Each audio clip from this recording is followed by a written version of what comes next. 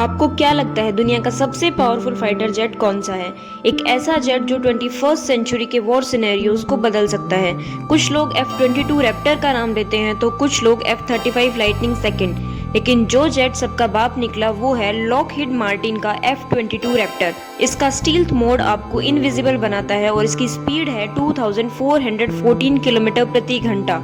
पर एक ऐसी चीज है जो आपको हैरान कर देगी, इस जेट के अंदर एक ऐसा सीक्रेट सिस्टम है जो एनिमी रडार्स को फूल करता है, जैसे कोई भयंकर शैडो स्काई में डिसअपियर हो जाए।